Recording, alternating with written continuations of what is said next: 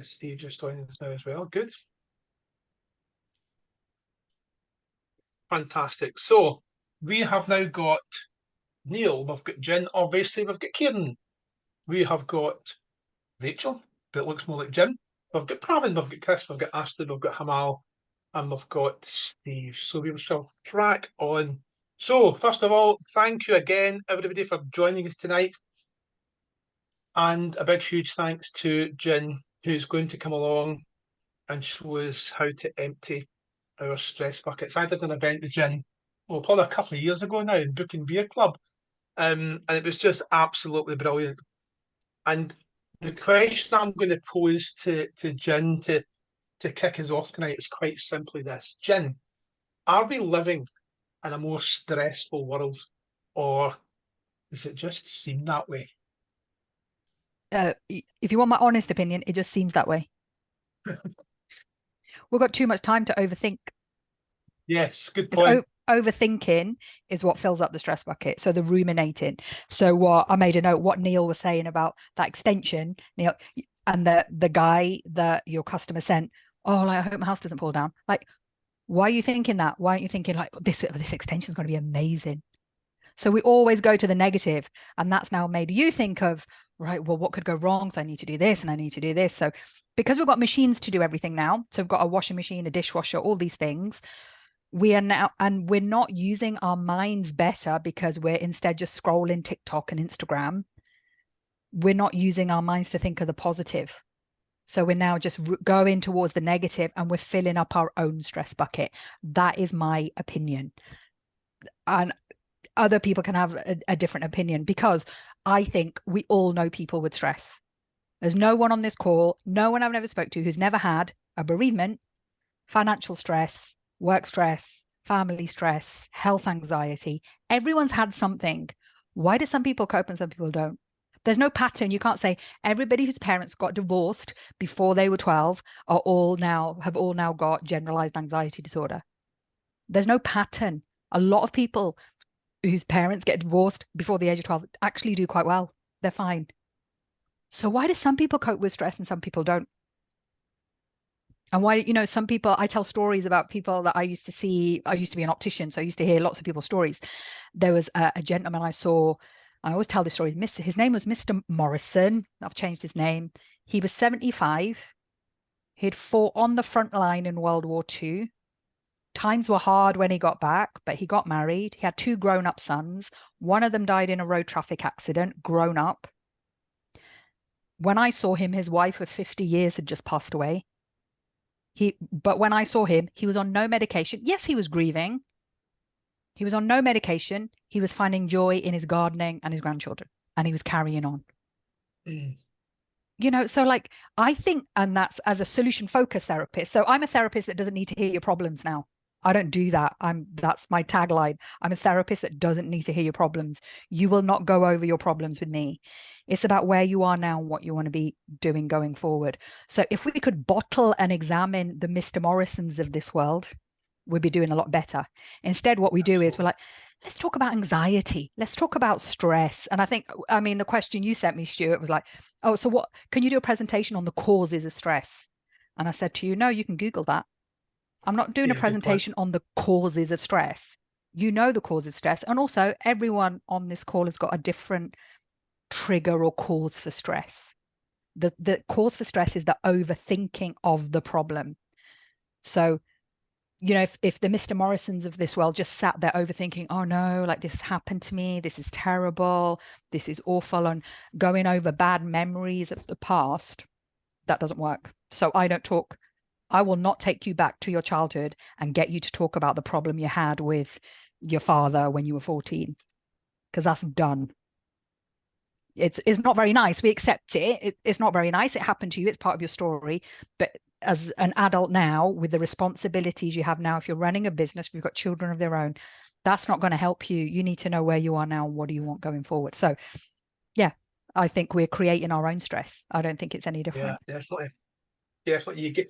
You get what you tolerate, as we say in coaching Yeah. circles as well. Yeah. You get what you tolerate. And if you let it into your life, then yeah, 100% again. What What impact does stress have on us, Jen, sort of, longer term? So look, so we can all, like everything we go through, we're going to have a reaction. And it can be a negative reaction. So yeah, like worried about my work, I'm worried about my family, we're going to have a bereavement. There's going to be an initial period of getting worked up. If you leave that long term, it progresses into things like, yes, clinical depression, fears, phobias, OCDs, you're not functioning. Let's take it one step further. Your blood pressure is going to go up. You're going to get heart disease. You're going to get type 2 diabetes, et cetera, et cetera. And actually, that's what I used to see a lot of as an optician, because you can look in the back of the eyes, you examine the blood vessels, and time again, I was saying to people, you need to go and get your blood pressure checked. Or I was thinking like, I think they've got type 2 diabetes. And I'm like, yeah, I've been really stressed, but I've not been doing anything about it. So that's over years. So over long term. And then it leads to family breakdowns, relationship breakdowns as well. Businesses fail because of that. So there's the practical terms and there's the health terms and the psychological terms. It's okay. All the stuff to avoid.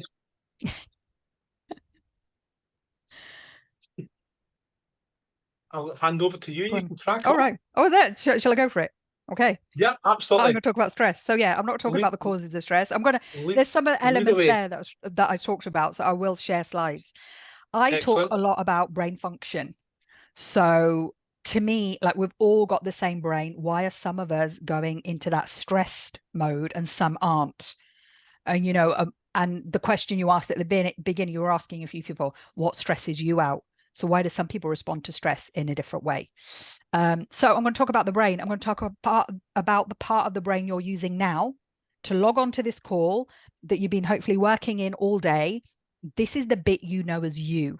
This is your conscious part. It's the left side of your brain and it's attached to all your intelligent resource. So I call it the intelligent brain. So 1 second while I share my screen. Wait. So that's my intelligent brain there. Can you see that, Stuart? It's a cartoon of the intelligent brain. Yep, great, thanks. Yep. So this is the bit, this is your conscious part. This is the part of our brains that differentiates us from other animals. It's why we can drive and read and use computers. This is the part of the brain that looks at a situation, makes an assessment of it, and generally comes up with the right answer. So it tends to be quite positive. And by positive, I don't just mean happy. I mean, it's rational, it's objective, it's in control, and it's motivated. That's what I mean by positive. So great part of the brain. It likes to be challenged as well. So it needs a challenge. Like I said, it looks at a situation, starts assessing everything, tries to get all the intelligent information on it, comes up with a decision. But there's another part of the brain.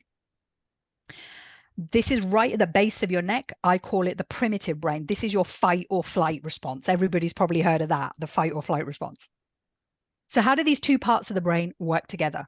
So you're in your intelligent brain now, but I want you to imagine if right through your door now walked a polar bear. What would happen, apart from wondering what a polar bear is doing there?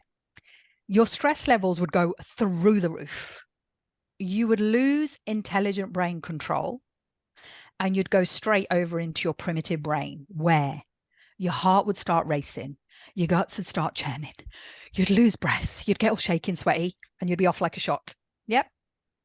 Perfectly appropriate survival response if you saw a polar bear. But it's much the same in life. As our stress levels go up, and they can go up gradually, we start to lose intelligent brain control and the primitive brain steps in to take over. And all of our primitive brains have got 3 opt-out clauses.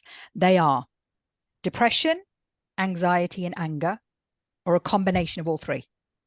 So if your mind as a whole senses some sort of danger ahead, the primitive brain starts to step in to take over and goes into one of its opt-out clauses. You with me so far? Yeah?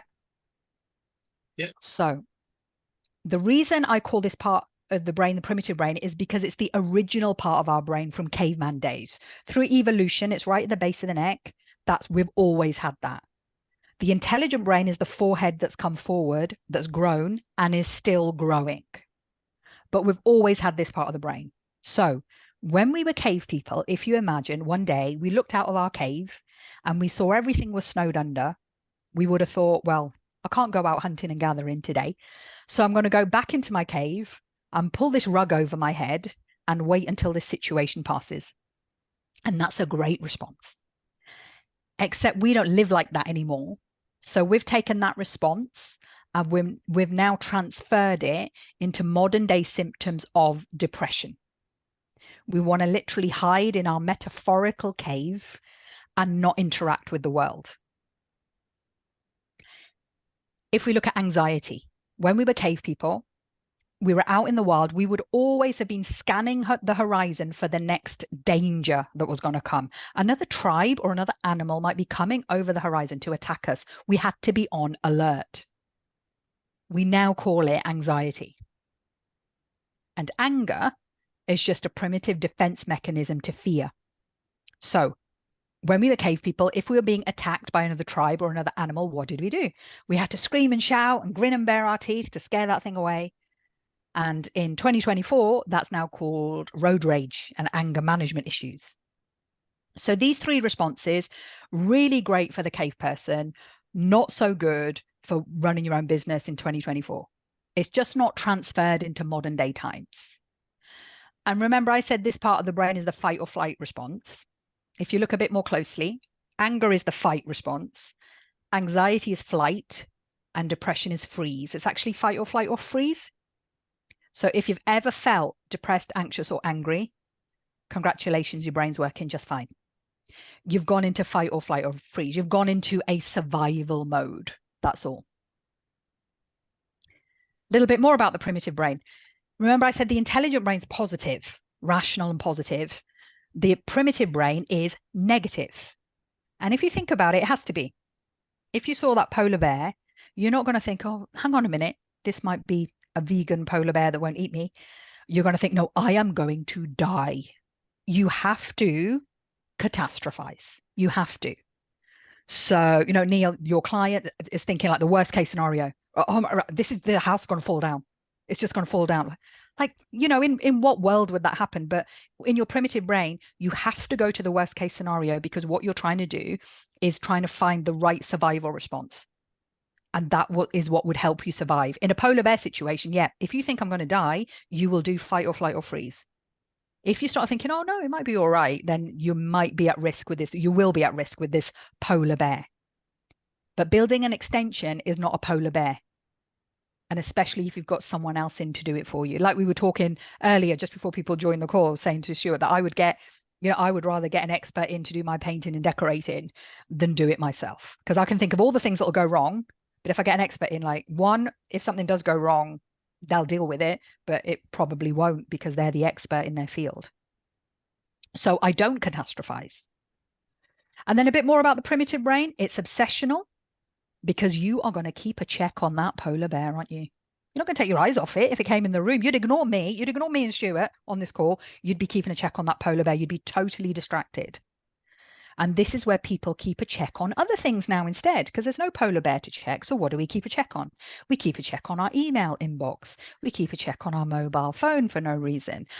And also this is where OCDs can develop, obsessive compulsive disorders. By feeling like we're checking the lock 20 times, it makes us feel like we're in control. It's something to grab onto that creates the obsession. And then we're vigilant because if there was one polar bear, there might be two more up the road. There might be another one around the corner. So it'd be a good idea to be on alert for more polar bears. And this last one is really powerful in sort of business terms. You're not creative in the primitive brain. You can't come up with solutions.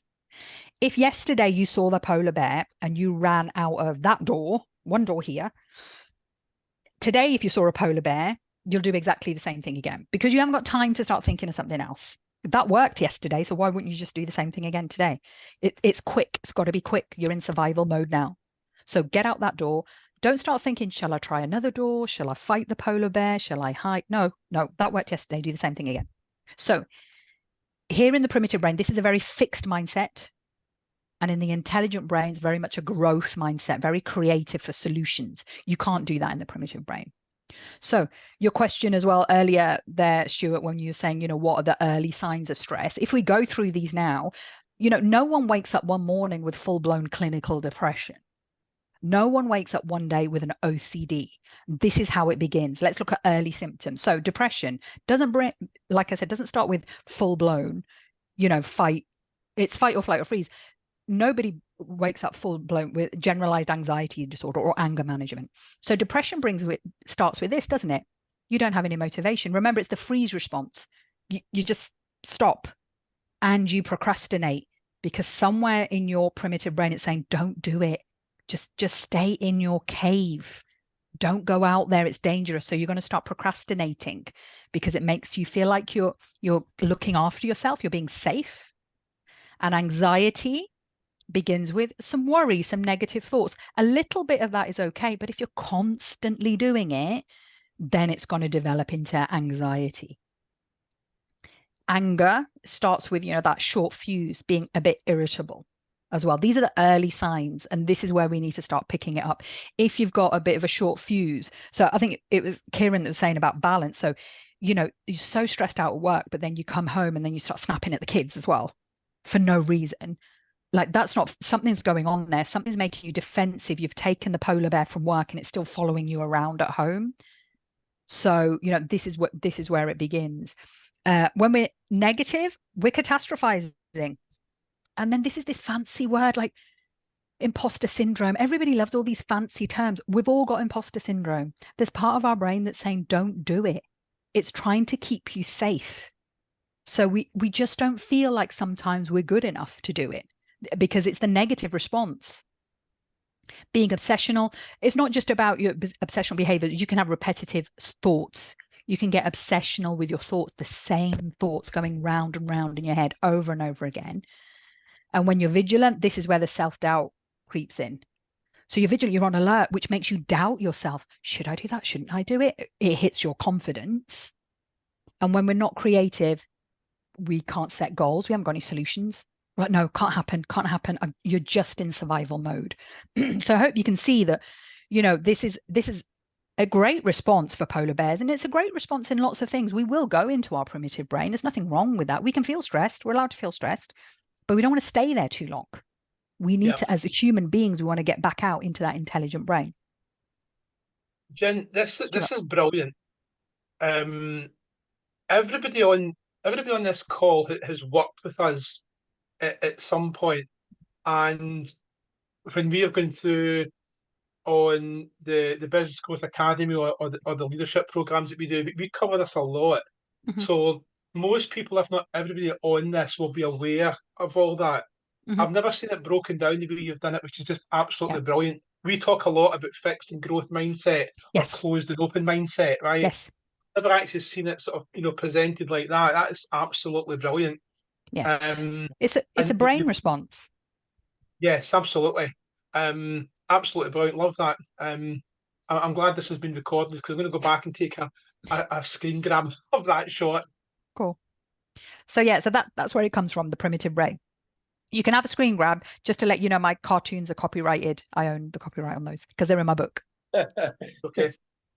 That's a pit. I was going to sell the polar bear graphic. Oh, okay. No. Everyone loves the polar bear graphic. But yeah, I should just warn you of that. I'll be the polar bear coming after you if I see that out and about too much. So no, it's purely this stuff on the right hand side. Yeah. One of the business owners that we can really relate to is the no motivation and procrastination, because then everything drips down from that. Yeah. And for sure, if anyone else wants to jump in here, feel free. I'm all, I don't lecture. I want it to be interactive, or if you've got any questions, I've only got like 3 or 4 more slides. We can do questions and discussion at the end if you like, but I'm quite happy to be pulled off tangent at any point. Yeah. Any questions, just shout out. Yeah, we're a small enough group, as well. Shall I carry on? So please do. There's lots of I can see lots of concentrating faces. I'm loving it. So that's good. So this begs the question now, if we don't live like cave people, why are we still going into this part of the brain? So why are we still doing this? So I believe it's not the events in our life, because like I said, Mr. Morrison had events. I believe it's our thoughts that fill up the stress bucket. Negative thoughts fill up the stress bucket, actually. So when we're ruminating in the negative on everything that will go wrong, that's what goes into your stress bucket. So we do it in two ways, don't we? We either go over the thoughts of our past and, oh, that went wrong and that went wrong and I hope it doesn't go wrong again. And then we think of the future. What if that goes wrong? What if that goes wrong? What if my house extension falls down? So what's really important to remember here is your mind doesn't know the difference between imagination and reality. If you don't believe me, watch a really good horror film. Okay, it's on the screen, but your heart's racing. Our imaginations are so powerful. So when you're thinking of what goes wrong, it's happened. And if you keep thinking about it, it's happened 50 times. And it's that goes into your stress bucket, the ruminating, because your mind doesn't know if that really happened or not. I know you know intelligently, intellectually, you know it hasn't happened, but the mind doesn't work that way. So what it does is it starts to fill up the stress bucket. The stress bucket I use, it's a metaphor for part of your brain, but let's just imagine it as a bucket. What this then does is this fuels your primitive brain. I want you to imagine that this bucket, the negative thoughts you're putting in, fuels your primitive brain. It loves it. Primitive brain loves a bit of fuel. You're making it stronger now. So all those primitive brain characteristics, the depression, the anxiety, the anger, the catastrophizing, the obsessional thoughts, the vigilance, the not being creative, you're fueling it now. And now, because you're thinking negative, let's complete this vicious circle. You're now thinking negative, putting more negative thoughts back into your bucket. This is the vicious circle. So this is what you were saying, Stu, at the beginning. Are we creating our own stress? Yes, we are. Because this overthinking, I mean, and this is what PTSD is, when people keep going over and over and over. So when people come to me, they'll often have come to me after seeing a counselor for years, where they've talked about that a certain traumatic incident in their past and they've unpicked it to bits. And I'll say, oh, I don't need to hear about it. They're like, so if you're saying your mind doesn't know the difference between imagination and reality, that happened once in my past, but because I've relived it for 52 weeks, it's now happened 53 times to me. Like, yeah, it has. So, like I said, I'm a therapist. I don't need to hear your problems, because what you're doing, if you're telling me your problems, you're in your negative thought place, putting into your stress bucket, fueling your primitive brain. You're going to start to feel anxious. If you relive now a traumatic incident from your past, you're going to feel stressed. And that's putting more negative thoughts back into your bucket. So as a solution-focused therapist, I'm going to break this cycle. So I start here. I will limit the amount of negative thoughts going into your stress bucket. I will calm the primitive brain down by not giving it any energy. Like, I'm not talking to you. I'm not going to talk to you, the primitive part of your brain. The questions I ask you are very direct. I expect answers from them. I will not let you go negative. And therefore, there's less in the stress bucket, which limits the fuel to the stress bucket. So what we then do is we're kind of making, I don't know how to sort of word it, we're making the primitive brain kind of weaker. If there's less fuel going to the stress bucket, it hasn't got the drive anymore. And then your intelligent brain naturally takes over again. Then can I ask a quick question here? Of course you can. Because I've got a relative, ex-army, and had an issue over in Afghanistan, right? And PTSD was diagnosed, right? And always Andy ever wanted to talk about was the incident that led on to the IED. Yes. And this has just hit me like a ton of bricks, because he went from bad to worse, Yes. right? And then basically just did. got tossed aside by the army, right?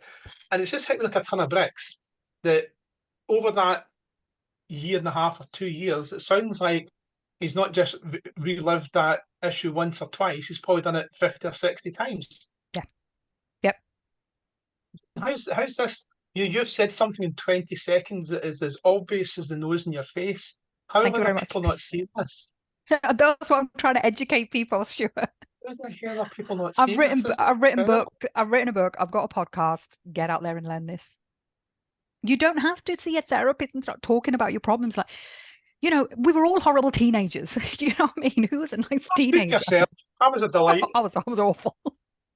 But you know what I mean? Like, are we going to relive that and pick? And also, you know, your friend in Afghanistan, why does he want to? What in solution focused work, which is what I do, we're not problem phobic. Don't get me wrong. Okay, there is a problem, but it's about accepting it and leaving it in the past where we can't change it. But it's like saying, yeah, I was in Afghanistan. This really bad thing happened to me, but I want to take that forward. What could I do? That this is part of my story. I don't deny it. That's part of my story. But what do I want now? And he probably wanted to, I don't know, you know. So when I say to people, what is it that you want? That's the first question I ask on like an initial call. Tell me what you want. And they'll always say, no one's ever asked me that before. Oh, well, tell me now, what do you want? And they can't think. And so what I'm saying is like, what do you want? And they always say simple things to you, like, I just want to be happy. I just want to look after my kids. I want to have a good job. And I want to, you know, enjoy myself at the weekend. Like no one's asking to win the lottery here. No one's asking for magic.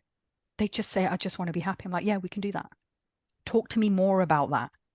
The more you talk to me about what you want. So in sessions with clients, the first question I'll ask you is this. Hi, Stuart. Lovely to see you. What's been good about your week? What's been good? You will have had stress this week. I appreciate that. I'm not ignoring it, but I've got to engage your intelligent brain, which is positive. Yeah. What's been good? And there must have been something good. Even if someone had clinical depression, there's got to be something good. There's got to be. I will take the smallest thing.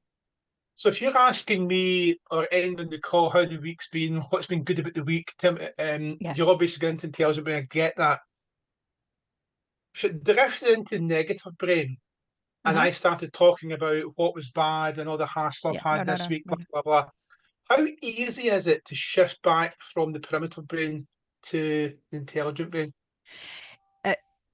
Depending on your stress bucket. So if there's more fuel in your stress bucket, it's hot. It's fuel in your primitive brain. Your primitive brain's got a grip on you. It's my job to help you here. You've lost control. When your stress bucket has overflowed, you've lost control. It's Okay. my job to keep going back. Now, if you ask someone, and you can try this, how was your week? They might say a couple of good things, but I guarantee you they'll start going negative. Wow. You know, people will say, won't they? They'll say, oh, I went on a really good run and it was really good. But you know what? Then it started raining. And then I got back, I had the washing to do every time because we are biased towards the negative. It's our survival response. That's why, as human beings, we're at the top of the food chain. But by asking you, what's been good about your week? That's a different question.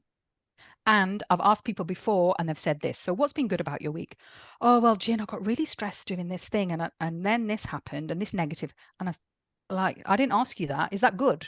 I said, what has been good about your week? So, like I said, in solution focused work, I don't want to hear your problems. I don't mean that glibly. I don't mean that rudely, but I'm brain training you to get into the positive. So I don't let you talk about whatever you want to talk about. A lot of therapists do that. Oh, come, what should we talk about today? Oh, no, no, no, no. I will ask you a question and I expect an answer. So I'm guiding you back into the intelligent brain. Love it. Yeah. Once you're in your intelligent brain, you can then look at your negatives, your traumas, much more objectively. Why would you do that from the primitive brain? Your perspective changes. So, you know, sorry, Neil, to use your example again, I just thought it was great about the, you know, someone was thinking, you know, my extension, it's not going to go very well. But by thinking like, well, what if it went well? What would it look like? That would be good. Once you can think, and there is the space to think, well, something might go wrong. But that's where you can say, well, I need to speak to Neil. Neil, like if something goes wrong, what would you do about it? And Neil comes forward, well, it's all right. We've got these solutions. Not a problem. I can handle that. It's not going to be a problem. Like, great, thanks. But I'm coming from an objective place. I'm not coming from a place where, Neil, I'm really panicking. Something's going to go wrong here. I'm really panicking. That's not helping anyone. So once you're in your intelligent brain and your stress bucket's emptied, I'll say, yeah, we can look at your past. And often what people will say is, yeah, that happened to me. It was horrible. Anyway, let's move on. Or yeah, they'll write a book about it. Or, you know, your friend who is a war veteran, would he help other veterans once he feels a bit better? And he's going to find purpose in a different place. He can tell his story. He could write a book on it. You know, it's the same thing. We're not changing your history here. It's the same thing. Your perspective has changed. Are you coming at this from the intelligent brain or are you coming at this from the primitive brain? Our primitive brain is like old hardware that's never had an upgrade. Our intelligent brain is a whole load of new software we've glommed onto it. And now the dialogue between the two, that we're getting disruption now. So Well, at what point over evolution will we not have a primitive brain? we'll always have a primitive brain. It has a purpose. It has a purpose when you hit the emergency brake in the car and when you hear the fire alarm. Yeah. Fight or flight or freeze. You want that. If you go to catch your child as they're falling, you're doing it without thinking. What we're doing is we're staying too long in the primitive brain, and in that place we're overthinking it. Excellent. Well. Yeah. Okay. Crack on. This is great. Any questions? No, interesting to hear everything. You know, I think on all of those sort of stress responses, at any one time, I can feel any single one of them. You know, Yeah, you know? yeah. So no, Yeah. I think it's really important to try and understand. Yeah. How we can moderate that. So, Good. Yeah. So I play a game with my clients called Primitive Brain Bingo. Out of those 7, how many can you tick off? All 7 for me at one time or another. Yeah. You know, and it's a part of my brain that is gonna kick in. Yeah. So we've got to understand that. Yeah. Yeah. So a few more slides. I'll go back to this one.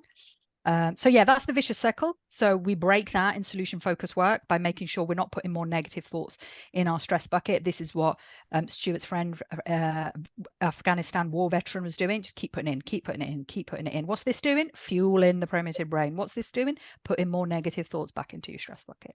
Okay, so this vicious circle has to stop. So the question you need to ask yourself, is it a polar bear? Is it a polar bear? The polar bear represents fear. Okay, it's your fear that's kicking in. So I want it in my example. A polar bear comes in the room. It's your fear response. So if we go a bit deeper with that, what's that fear of? It's all those things we know: fear of failure, fear of abandonment, fear of loneliness. It's a deep-seated fear, but it's not the fear that you're scared of. It's the fear that you won't be able to handle it.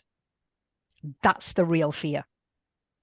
And if you have a bit of a mantra to say, I'll handle it, the polar bear will disappear. I'll handle it. Whatever polar bear comes at me, I'll handle it. I'll handle it the best I can. You're allowed to get angry. You're allowed to get upset. I'm not saying, you know, that this is perfect. You're a human being. You're not a robot. And actually to sit with those feelings for a bit is very, very normal. So I was actually at a funeral this morning. I'm allowed to get upset. I'm allowed to be annoyed, but I handled it as well. It's about, this is a part of life. This is understanding what is going on here. So like I said, this is your first question. Is it really a polar bear? Is it that level? You know what I mean? So my husband works in clinical trial software programming with analysis. And everything that comes through has got a deadline. And he always says, look, yeah, this is deadline. You know, there's a lot going on here, but we're not saving babies. We're looking at data here. This is what we're looking at data. So unless you are in some sort of emergency occupation, then is it really a polar bear? Is it a life or death situation? Unless you're a medic. And even then, that life or death situation stays at work. Then when you come home, you should be able to relax with your family. You should be able to get that balance right. Kieran was talking about, we should be able to do that as well. So is it really a polar bear? So what can you do? So the first thing, I'm going to give you 3 tips. So the first thing is acceptance. We need to accept that we have a primitive brain. It has a job to do. We can go into it because we're a human being, right? So this is very normal. If we start trying to battle anxiety, to never feel anxious, to never feel, you know, that we're going to be upset. Like I said, if I try to battle that this morning, that I'm not going to get upset, I need to have an empty stress bucket all the time. No, this is a horrible situation. This is a stressful situation. It's about accepting the stress, to say, I'm going to have a bit of a response here, but you can feel anxious and angry and depressed in the intelligent brain, but you're in control of it. when you're in the primitive brain, you have like I said, you've lost control. So you're allowed to feel those emotions. You can feel a little bit irritated. You can, you feel a little bit grumpy. You can feel a bit, I'm obsessing over a few things here. I'm keeping a check on things, but there's probably a reason behind it. Maybe you've got a deadline coming up, and also I think we need to change the language. So, not everything is giving us anxiety. Anxiety disorder is actually quite serious, but people are now starting saying, oh, well, when I do a presentation, I'm very anxious. I'm like, no, you're not anxious, you're nervous. And you're nervous because you want to do a good job. And you want to do a good job because you've got a fear of failure. But it's not the fear of failure, it's the fear that you won't be able to handle it. If I flunked this whole presentation for you today, you know what? I'd handle it. I'd say, Stuart, I want to do it again. And I'm creative in my intelligent brain. I'm thinking of solutions. That, like, if this flunked today and I couldn't do it, I would say, I know I've got other solutions. And I know there would have been a reason for it as well. So we've got to have acceptance. We've also limited what goes into your stress bucket. So we need to start talking about what's been good about the week, stop reliving our past traumas, stop worrying about future traumas that'll never happen. How many times have you thought about things? 99% of the time, they never actually happen. So what goes into the stress bucket is the what ifs and maybes. That's what I said. In a negative way. Oh, what if that happened? What if that happened? What if that happened? You know what? It never happens. Maybe that might happen. Maybe that happened. And what if in the past? What if I had done this? What if I had done that? You did what you thought was right at the time with the information you had at that time. Hindsight is 2020. So we've got to limit what goes into the stress bucket. So again, that's why I don't talk about your problems. And lastly, this is your mantra now. I can handle it. I'll handle that polar bear. It's actually not even a polar bear. Quite often they're other people's polar bears. You bat them back straight away. It's not even my polar bear, this one. You can have it back. That's a bit about me. That's my podcast, Stress Bucket Solutions. Everything's in there that I chat about and brain function. That's my wee book, which I'm very proud of. So as a business decision, for me, Stuart is the ultimate business card. I think you'd agree. But I just loved writing it. I wrote it actually initially for my clients, but actually lots of other people have read it. It's on the Solution Focused Therapist reading list for the students now as well. I get, a lot of coverage from it. People are saying it's helped them, which is really nice. And I've got a Facebook group. This is my website, but I'm on LinkedIn. If you want to connect on LinkedIn, if you've got a question you want to ask me, please feel free to jump on there. But obviously now, I'm more than happy to take questions out and open up the discussion. I don't even want to take questions. Let's discuss it together as a group. Stuart Mason, I'm done. Mic drop. So what has Neil just put in? I feel a bit stressed. My dinner's ready, and I don't want to disappoint my partner. Go. And I need to open up what She's I a want and polar say, bear. she's like the polar bear and she Go, needs go, a go. hug. Bye. But no, I think Go. that presentation was absolutely perfect. That was really good. I feel less stressed Thank you, already. Good. Like, Thank you, Neil. I'm going to sleep well tonight. Good. Well, I talk a lot Nice. about sleep. There's a TED talk called Sleep is Your Superpower. Do watch that. Perfect. I'll be in contact on LinkedIn. Thank you. Yeah, please connect Cheers, on LinkedIn. Stuart, See you for later. organising this. Cheers, everyone. Bye, Good Neil. luck. Thanks, Losing your Neil. stress. Enjoy your Bye-bye. dinner. Fantastic. Great. Nice, short, sharp presentation. And Yeah, I didn't want I to just go loved the way on you too pulled much. that together. That was absolutely brilliant. Is that okay? Because I So let's just didn't want to do a lecture. So it's like something just, I know because we've done it before. So I thought I'll do, a kind of short, sharp presentation for you. excellent. Love it. So let's just Cool. go to the floor then. Who's got questions for Jen on Or anything? comments. Or did that make sense? Or did it not make sense? Time to get any questions, comments? Oh, one just come into the box No here. problem, Pravin. Pravin just saying thank you. Not a problem. I'm just saying thanks. Hi, it's Astrid here. Hi, Astrid. Thanks very much for the presentation. Pleasure. Great. I Pleasure. have a question. Mhm. I don't know if you know a book called The Body Keeps the Score from Yes. Bessel Yes. van der Kolk.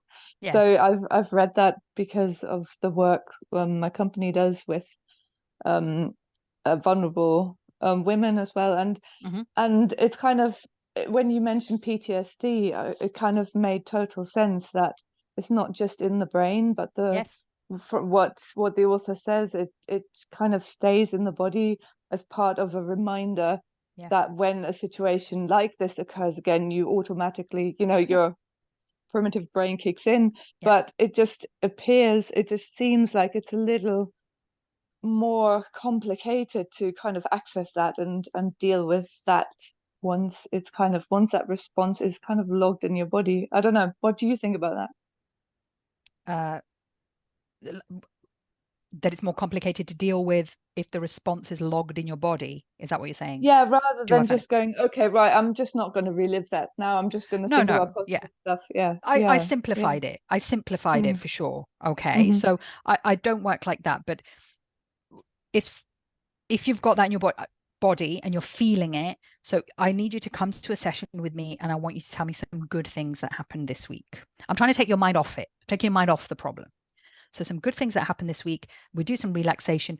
What would you like going forward? If you woke up tomorrow feeling a little bit better, what would that be like? What would show you that you're coping better with the problem? You know, that's another way to look at it. So it's not about your problems disappeared. What would show you that you're coping and managing a little bit better with the way you're feeling right now? What would show you that, yeah, you could get on with things, even though the problem's still there?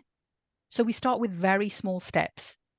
So we're not saying blank, we're just not going to talk about it. I want to know how you've got to this point where you're so anxious or you've got PTSD or what's happened. I want to know that for sure. But that's actually in my preliminary calls. In therapy, once I've got that, I've created the plan for you. In therapy, I won't address it again until I get you back into the intelligent brain, and then you can tell me about it a little bit more. And the body does keep the score, because that's what I'm talking about, that if you imagine, if there's a constant polar bear going on, your blood pressure is here all the time, your cortisol levels are here all the time, your adrenal glands are really going hell for leather all the time. So that's, you're right, where the body keeps score. So I very much simplified it.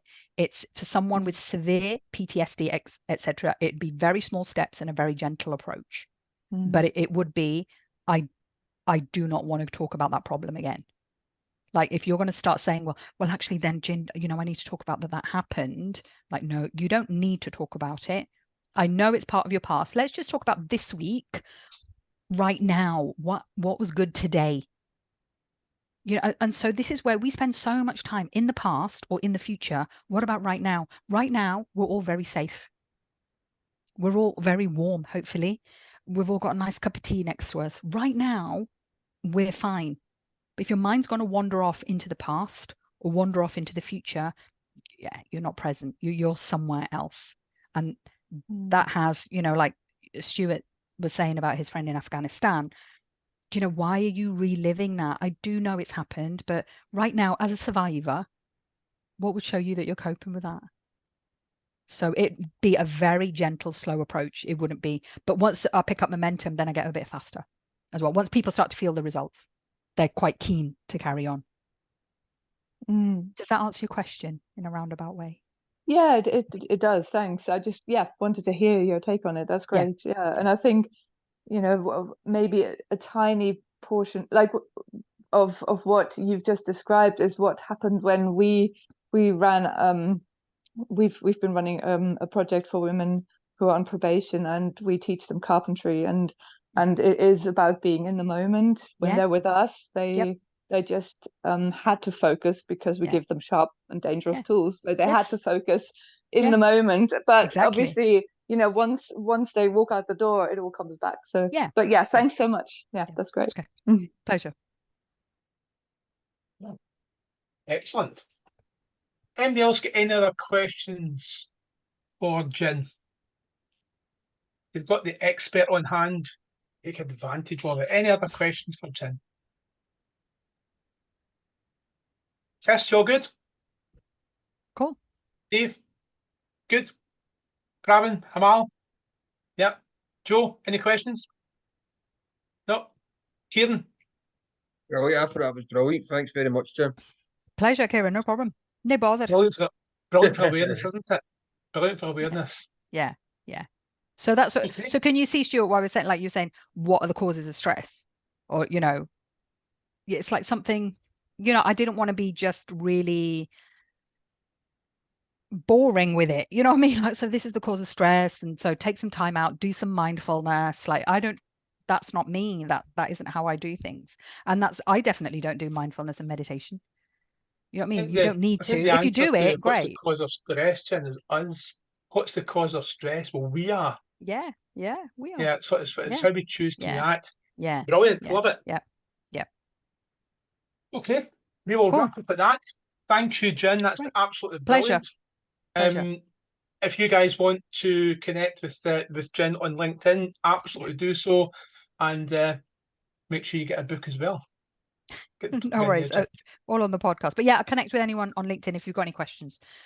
Just send me them there. It's not always easy sometimes to ask a question in front of others, so you can always send me a question privately. Not a problem at all. Makes sense. I'll hang on for a bit, Stuart, to have a chat with you at the end. If we're saying bye to everyone. Yep. Excellent. Okay, No worries. folks. Thank you for your time. Right, thank you. Thank you. Thanks. Thank you very much. Pleasure. Make sure you Bye-bye. connect with Jen. See you, folks. Bye-bye. Bye. Bye. See you, Joe.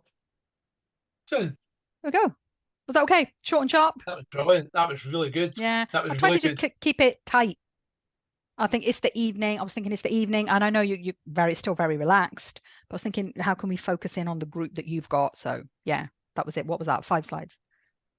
I think that's enough. I like the timing of it because I've been in a couple of the training sessions for the power thing, and some of them are 2 hours. Yeah. Some are closer to 3. Yeah. And by the time you get to that, it's Yeah. So Yeah. that was absolutely brilliant. I just think it's enough food for thought. And then if you want to know any more,